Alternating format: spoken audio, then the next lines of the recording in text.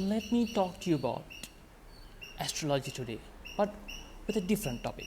I don't want to talk to you about planets and houses and rashis and yogas and all those things.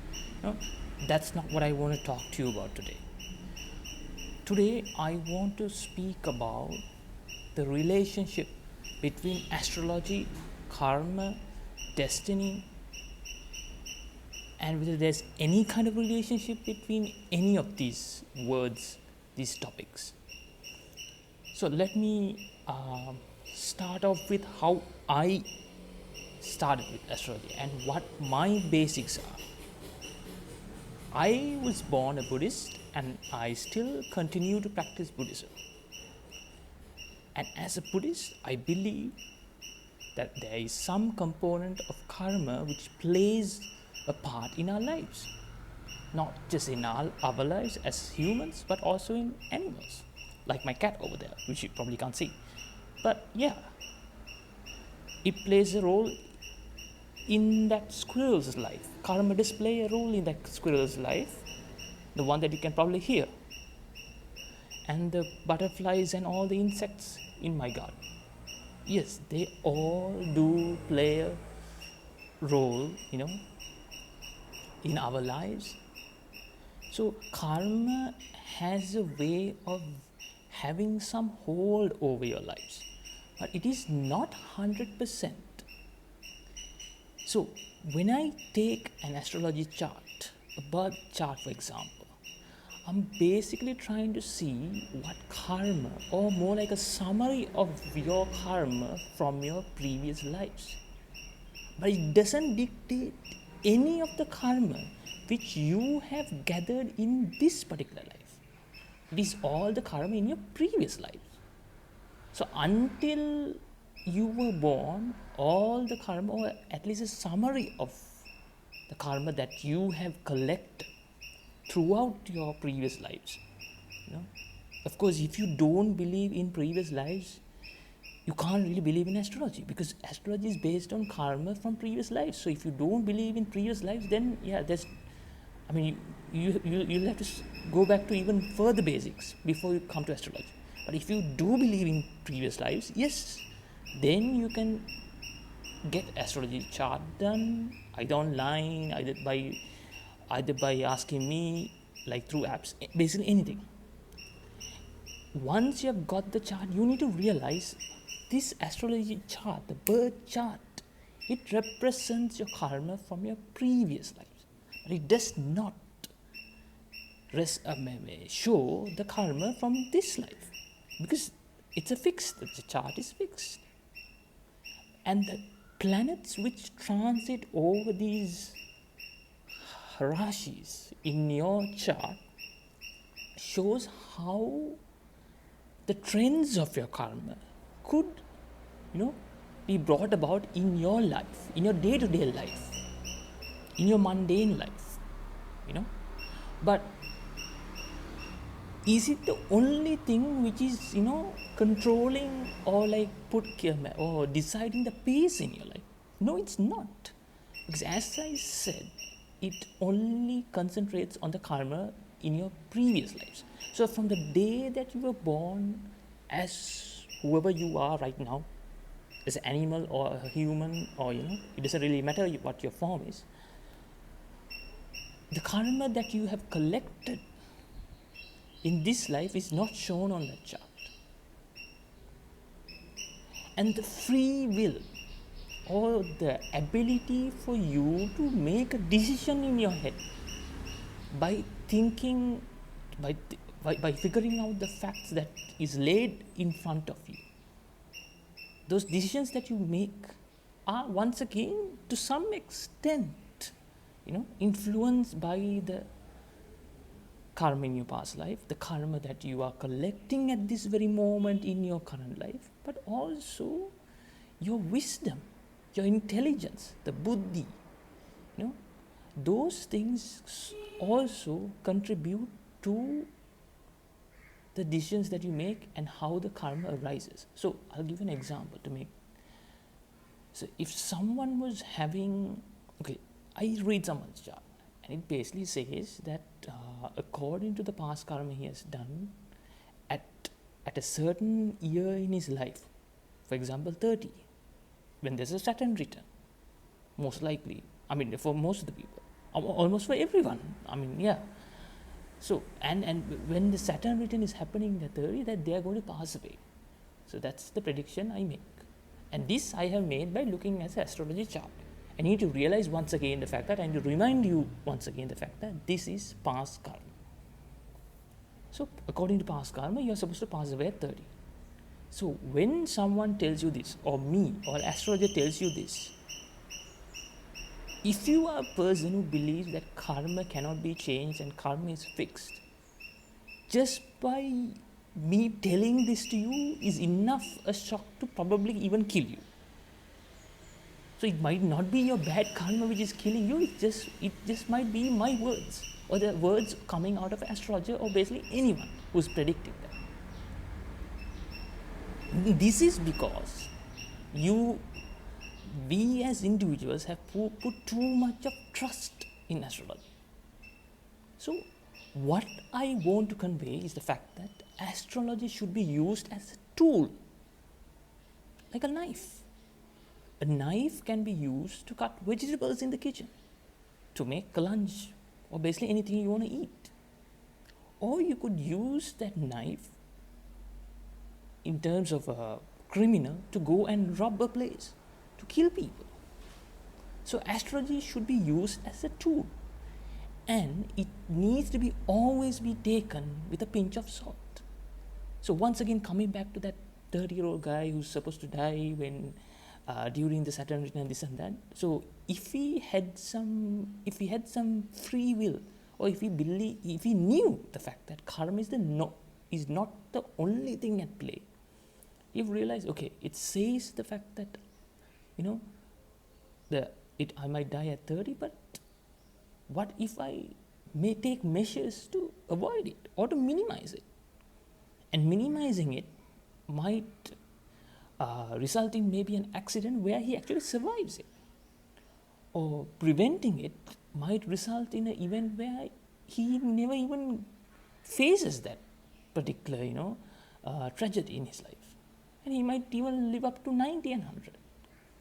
So what you need, this is one of the main reasons why predictions in astrology are not written in stone. People ask me this, is it written in stone?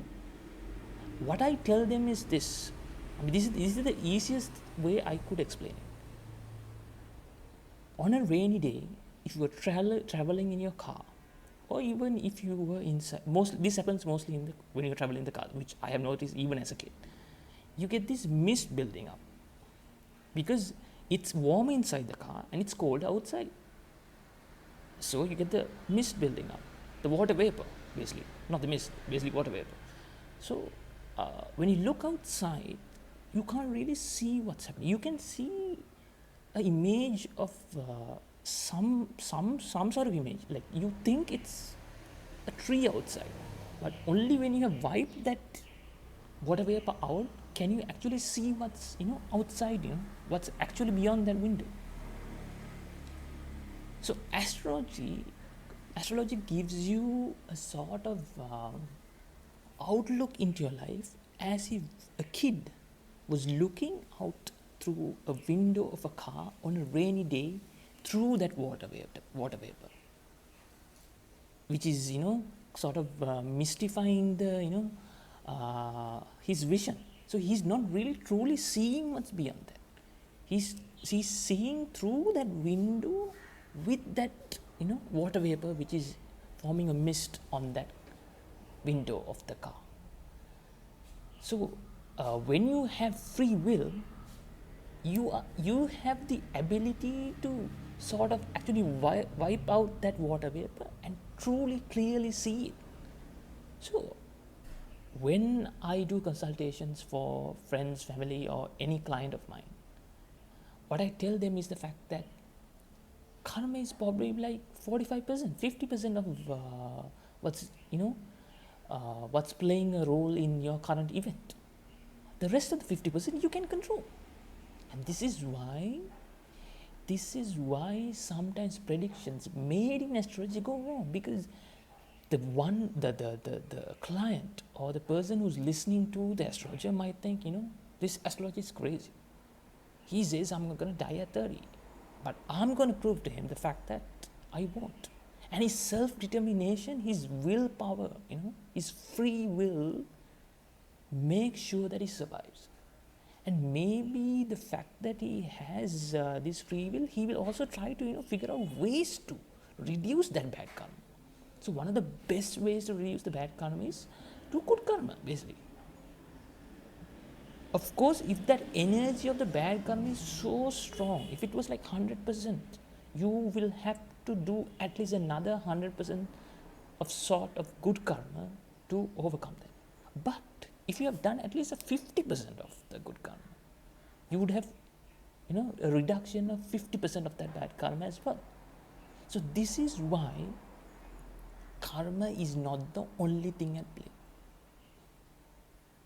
Okay, so what are the other things which are at play which you can't control then? Well, weather is something that nobody can control. It is beyond our control. You might be ready to go for a holiday on a particular day and suddenly it starts raining. See, it's beyond your control. It's not karma, it's just weather. It's unpredictable. And genetics. Yes, genetics. You're already born. You already have a body and you're living it. Even an animal is living it. My cat is living it. And you can't change the genes that you've got from your parents. You might have the genes to grow taller or shorter. You might have the genes to grow fatter, stout and obese, or to be super thin and malnourished. Or you might have the genes to get diabetes, hypertension and all the diseases in the world. Or you might have the genes to have so much of strength that no matter what hits you, not even when COVID hits you, you don't get into trouble. So this is what I needed to say. The fact that there are so many things other than karma which is at play, and karma is only a part of it. And it's definitely not 50%, it's less than 50% of the things that are happening to you. Because you can't change your genetics, you can't change karma, you can't change the weather, and so on. So there are so many things. In Buddhism, they are described as niyamadam.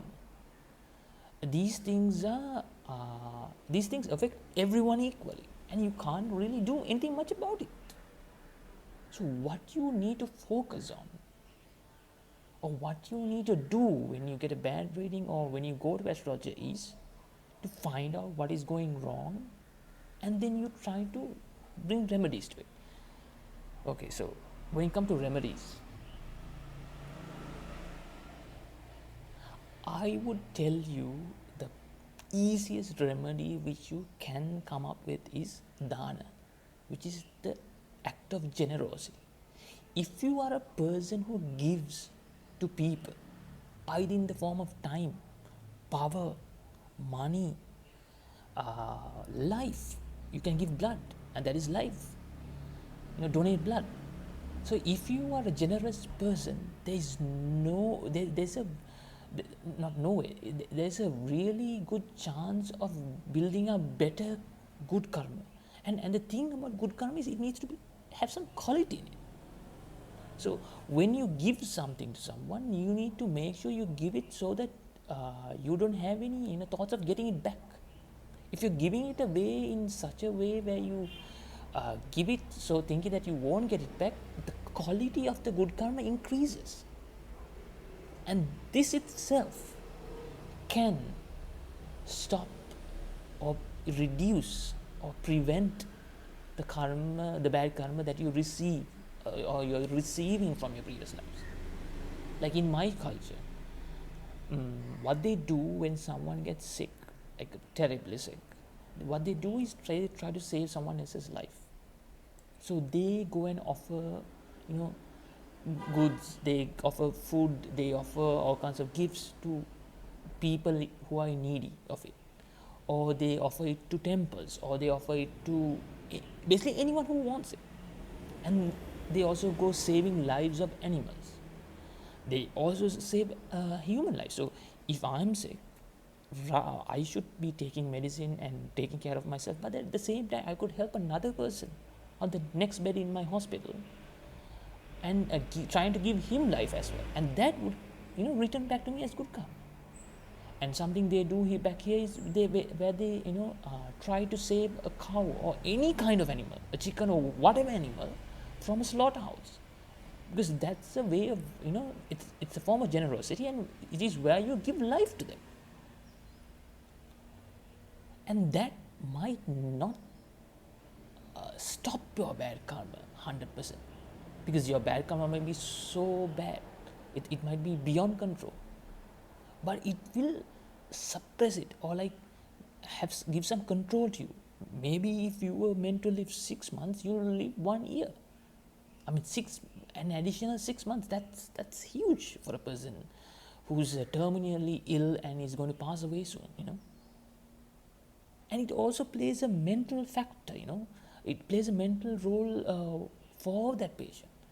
Giving something up or giving their money to buy help another person brings in a lot of good wholesome thoughts in their mind, and that itself helps to reduce the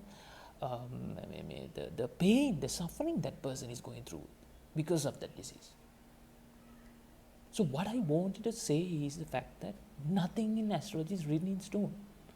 I know this the other thing is, astrology is not owned by anyone. Nobody owns it. No culture owns it. It's a universal tool, just like anything else you use, like engineering, medicine, IT.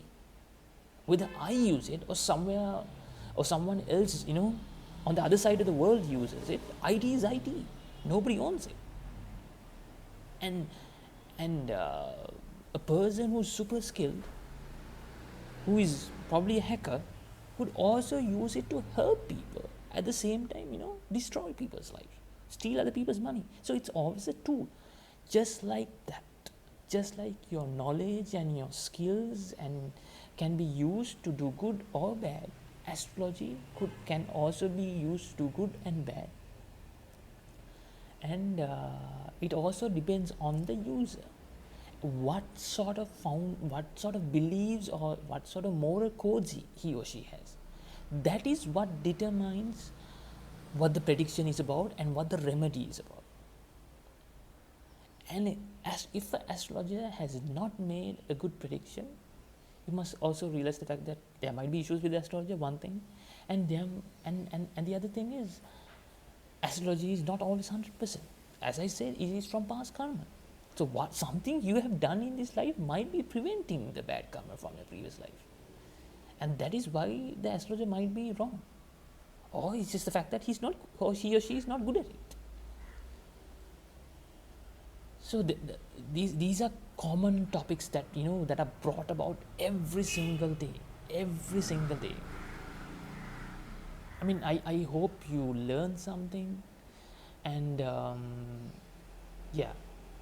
I hope you learned something and you've enjoyed listening to this conversation or this discussion that I've had. And I hope if it had made any sense to you, give it a like. Go check out my other videos, and go come and meet me on Twitter, on Instagram, on any of the platforms. I basically mentioned even on my website, and you can even get readings from me. And if you put up a post on Reddit, I might even comment on it, and I might try to help you out in whatever way I can.